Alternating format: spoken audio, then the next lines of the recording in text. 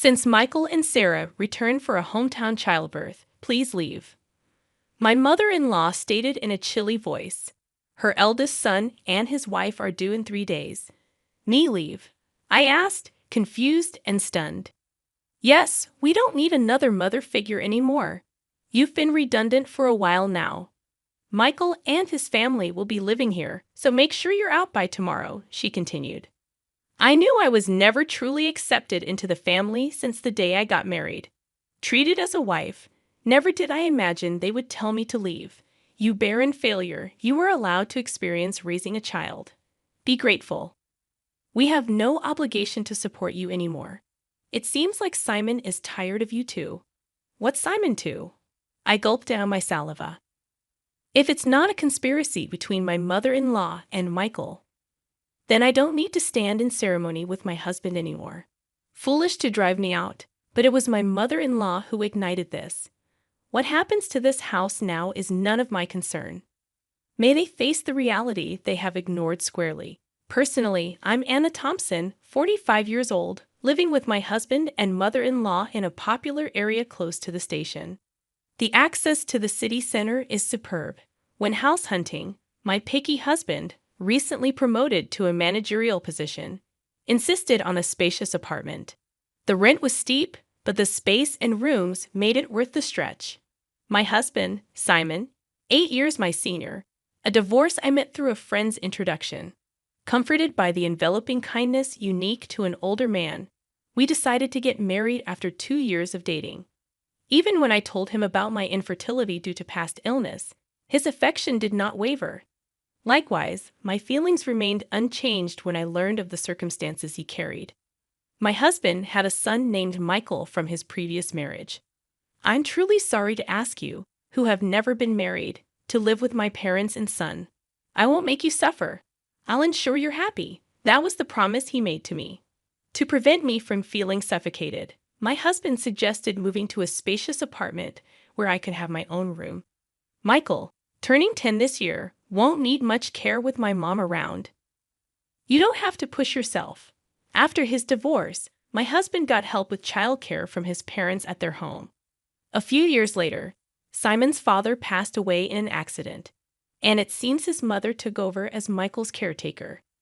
From the first meeting, Michael wouldn't even make eye contact with me. I thought it might be his shy nature, approaching a difficult age, so I didn't worry. As long as they accepted me as a member of the household, I was content. My mother-in-law was a quiet and refined person. When I visited to formally introduce myself after our engagement, she treated me with such politeness that I thought we would get along fine living together. I'll continue to prepare the meals as I have been. Simon comes home late, so it's okay if we eat at different times, right, Anna? I'll leave the cleaning and laundry to you. All right, let's work well together. After getting married, I switched from a full-time employee at the pharmacy to a part-timer due to the division of household chores. I started work a bit later in the morning, so I wouldn't get home until nearly 8 p.m. Dinner was always ready when I arrived, making me feel good about living together. My mother-in-law and Michael usually had dinner before I got home, so I was always eating alone. Even after getting married, I sometimes felt a sense of, is this it? But I came to accept that this was our family style. From the beginning, my mother-in-law never really liked me and didn't consider me part of the family at all. Michael, the school's activity day is before summer, right? When is it? We're all going to see you. Sometime after getting married, I tried to break the ice with Michael, who still hadn't warmed up to me.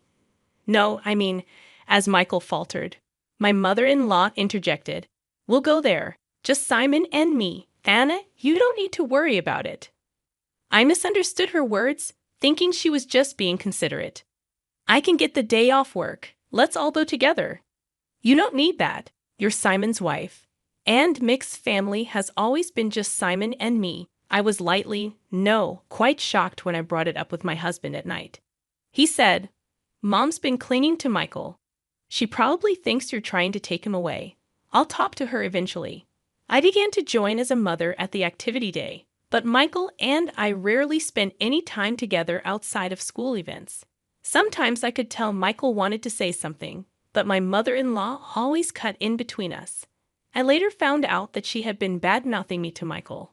Anna said she could be happy with Simon if Michael weren't around. She's a terrible person. Dad must be deceived by her too.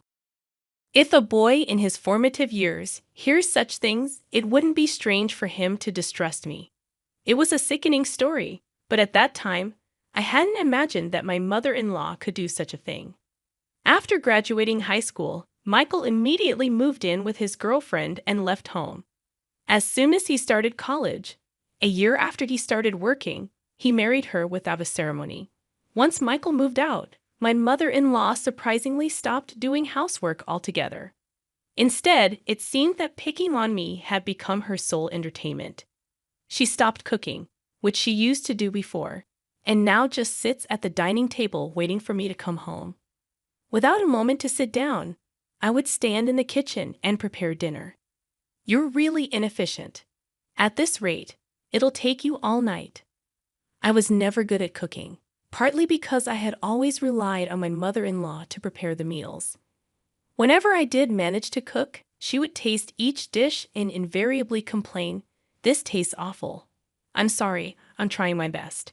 You're astonishingly tone-deaf when it comes to flavors, Anna. It's a good thing Michael never had to eat this. How terrible.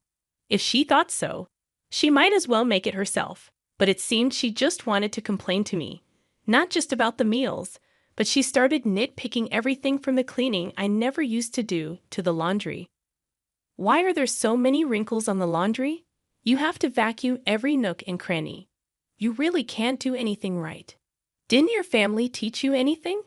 With that, my mother-in-law sighed while looking at me being belittled. Even about my family, I clenched my fists in frustration. I don't know how you won over Simon, but I can't see much charm in you as a woman. And she always concluded with the same line, "If you hadn't come, Michael would have never left." I understood that there was a gaping hole in her heart since Michael had left. Maybe it was what they call empty nest syndrome. If taking it out on me made her feel better, that's what I told myself to endure it. But her bullying took on new energy after a certain event. That event was the pregnancy announcement from Michael's wife, Sarah. The joy my mother-in-law exhibited was unlike anything I had seen before. It's Michael's baby. It's bound to be adorable. Yeah, he'll be my first grandchild. Watching the two of them rejoice, I was happy too. But my mother-in-law's excitement was beyond normal, probably because Michael asked her, "Grandma, can Sarah have our baby at your place?" Sarah's family home is an hour away by plane, and since they have no one else to rely on here, they turn to us for help. Of course, my mother-in-law wouldn't dream of turning down Michael's request. The phone calls from Michael started to become frequent, and her excitement went through the roof. The next day after getting the news, she started preparing enthusiastically. From cleaning out Michael's room to preparing the bedding and making a list of baby items, it was like she had great-grandchild fever. Naturally, I had to get involved too. When I returned from work, "Anna, I vacuumed Michael's room, so you need to wipe the floors and the windows and please wax them too. This weekend we're going to the department store to look at baby cribs." Cleaning and waxing at night was tough, especially after a long day at work. If I even thought about cutting corners, I'd be told to do it over again. Moreover, my mother-in-law started asking for money, and before I knew it, the house was overflowing with baby stuff. "Anna, I need you to withdraw some money tomorrow. There are things I want to get ready for the baby again. Isn't it wasteful to prepare so much when Sarah and Michael haven't even arrived? Shouldn't we wait and choose together with them?" I had wanted to meet my mother-in-law's requests, but I was troubled by the relentless spending. How can you be so cold? It's Simon's grandchild. Oh, that's right. You're not related to Michael by blood. You don't care, do you? That's not true. Please don't say that. I just thought Sarah might want to pick things out herself. Wouldn't you want to choose things for your own child? Perhaps because I was making a valid point, my mother-in-law glared at me sharply. I immediately thought I had gone too far, but it was too late. Without a word, my mother-in-law went back to her room looking upset. I did reflect on it, but I was also shocked to be spoken about in such a way. regarding Michael. The next morning, my mother-in-law didn't come out of her room, perhaps still angry. Simon had a 3-day business trip starting that day, so he just called out, "I'm leaving," through her door. Please don't throw cold water on Mom's great-grandchild fever. She hasn't been the same since Michael left. You were worried too, right? I was. But if we spend all our money like this, we'll have nothing left when Michael and Sarah arrive, right? Simon's face immediately turned sour. Are you saying my earnings are too low? That's not what I'm saying at all, Simon just said, "Fine," and left with a look of dissatisfaction. Discussions about money always end up like this. Since I'm the one managing our finances, I can't help but think ahead. Of course, there's a reason for that. We've been married for 13 years. Simon has provided me with a very comfortable life. Your part-time income is for you to enjoy. Simon had always told me so. I saved everything beyond what I needed for myself. Even though it's in my name, I consider it our shared property. But then Simon's company's performance declined, and over the last 5 years, his salary has dropped to 2/3 of what it was when we first got married. While there's uncertainty whether his company will last until his retirement, he doesn't seem to consider changing jobs. For appearances in front of my mother-in-law, my husband couldn't give up his title as a department head. Now I'm the one paying the rent, and he covers the living expenses. We've kept this from my mother-in-law to save my husband's face. That day, I left work a bit early to apologize to my mother-in-law. When I got home, she was already sitting at the dining table waiting for me. "I'm sorry about yesterday. I may have gone too far," I admitted, but my mother-in-law remained silent. Instead, she blindsided me with unexpected news. Michael and Sarah are returning for a hometown childbirth. Please vacate, my mother-in-law declared in a chilly tone. The eldest son and his wife were set to arrive in 3 days. Perplexed and stunned, I asked, "I have to leave." She affirmed, "Yes, we don't need another mother figure anymore. You've been redundant for a while. Michael and his family will be living here. Make sure you're out by tomorrow." The realization hit me hard. I had never truly been accepted into the family since the day I got married. I had always been treated as an outsider. The news of Michael's return for the birth made it clear. "You barren failure," my mother-in-law continued. "You are allowed to experience raising a child. Be grateful. We have no obligation to support you anymore. It seems like Simon is tired of you too. Maybe he's getting along well with a new girlfriend by now." Shocked, I gulped down my saliva, contemplating the possibility of my relationship with my husband growing distant. Could this be a trap I fell into, thinking my husband would never? I remembered that, up until a year ago, he never had overnight business trips. "All right, I'll eat out tonight," I said, grabbing my bag and leaving the house to walk aimlessly. I needed to calm my severely shaken heart. Worried about my husband, I tried calling his cell phone despite my mother-in-law's words. I still wanted to talk to him, but he didn't answer, no matter how many times I rang. I dialed his office, only to learn that he had taken a couple of days off. My mother-in-law's words began to ring more true. Could he really be on a trip with another woman? Dark thoughts crowded my mind, and I found myself overwhelmed with emotion, tears streaming down my face. Staggering along, I noticed the tavern behind the station, a place we used to frequent when we first moved here. "It's still here," I thought as I entered. "Welcome." The tavern owner's expression clouded briefly upon seeing me. Then he nodded in recognition. "Hey, long time no see. It's been about 8 years. I used to come here a lot with my husband," I said. "Yes, it's been a while." "I remember you," he replied. I couldn't help but smile, feeling a sense of relief. "Can I get a beer and a mixed plate of grilled chicken, please?" I asked.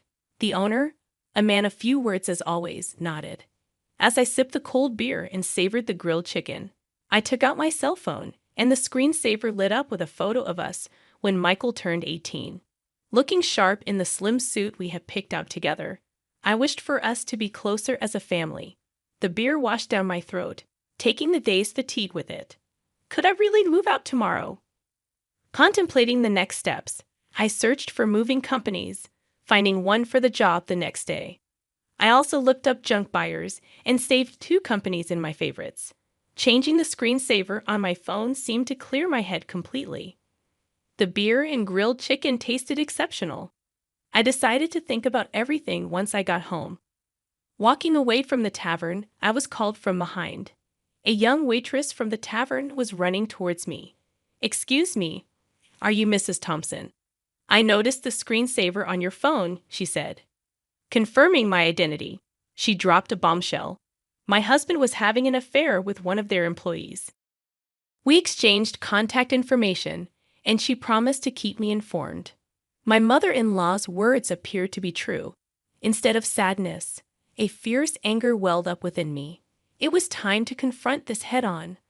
Booking an appointment with a moving company, I resolved to move out that day.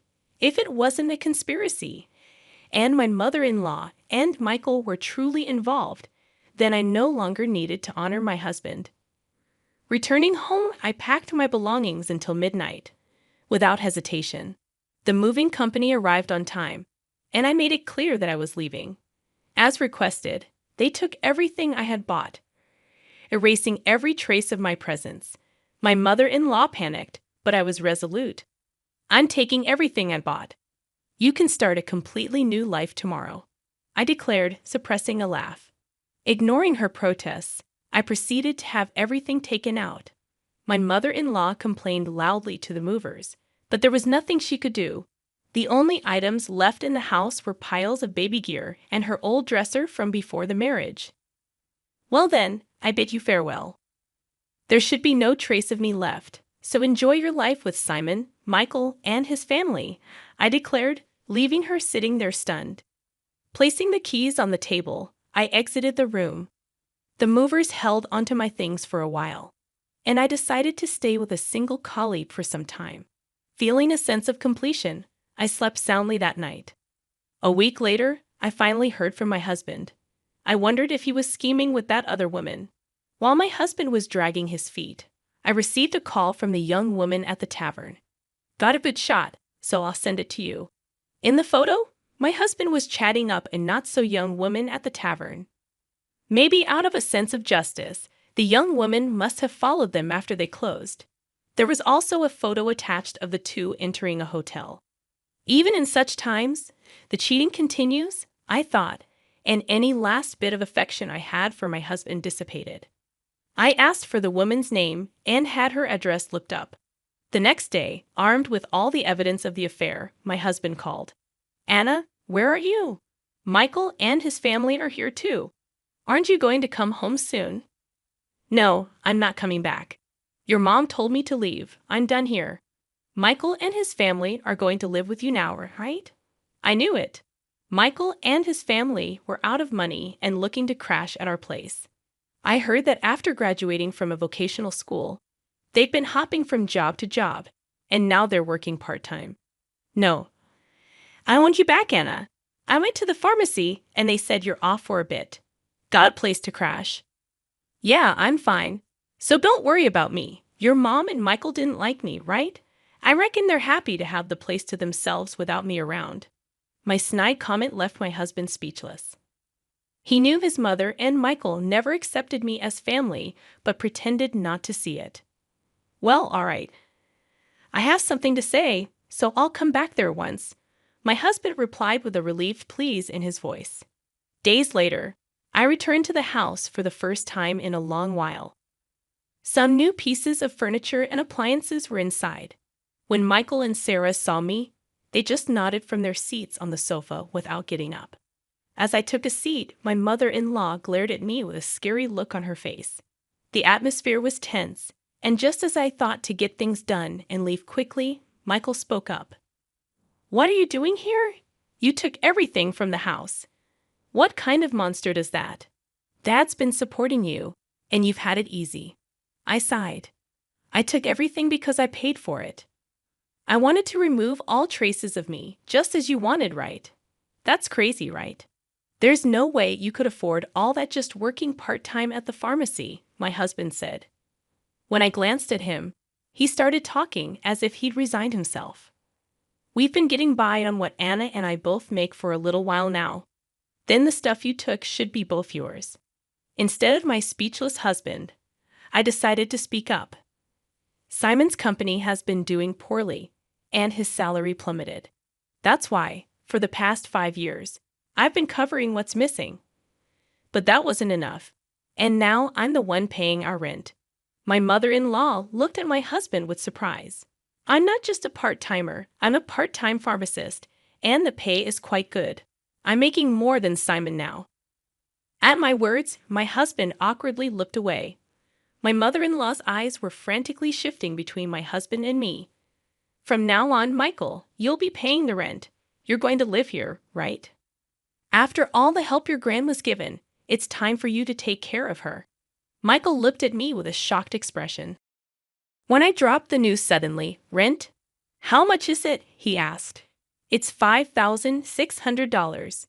Good luck, since it seems my role as a mother is over. I don't have an obligation to take care of you anymore. Pull yourself together. You're going to be a father soon." Michael murmured with a shake of his head, "That's impossible." It was Sarah who raised her voice upon hearing this. "Wait, $5,600? Weren't we supposed to live here for free, covering rent and living expenses?" I almost burst out laughing. "Don't worry, Sarah. You can move to a cheaper place. Simon still makes a decent salary." Hearing this, Sarah's face relaxed a bit. "Oh, since I'll be leaving you, Simon, life might still get tough with your mistress, huh?" At that, Sarah finally broke down in tears. It was my husband who panicked. "What? What are you talking about?" Sarah replied, "Oh, your mother told me about the new woman. I guess it's time to end my role as a wife, too. My husband must think there's no evidence. Indeed, it hasn't even been 10 days since I left the house. Wouldn't that hurt Mary if she heard you? Well, I'll get in touch about that later." At the mention of Mary's name, my husband jolted, realizing that I knew everything. He held his head inside. This is not the atmosphere to write a divorce paper. "Well then, I'll be going now. Please talk to me further through a lawyer." Neither my husband Simon nor Michael said anything more, staying silent as I grabbed my bag and stood up. My mother-in-law stood up simultaneously, slamming her hands on the table. She yelled with a voice too strong for an elderly woman, "What the hell? It's all your fault our home is in shambles." I was instantly irritated. "It was you who told me to leave. It was you who said Simon had another woman.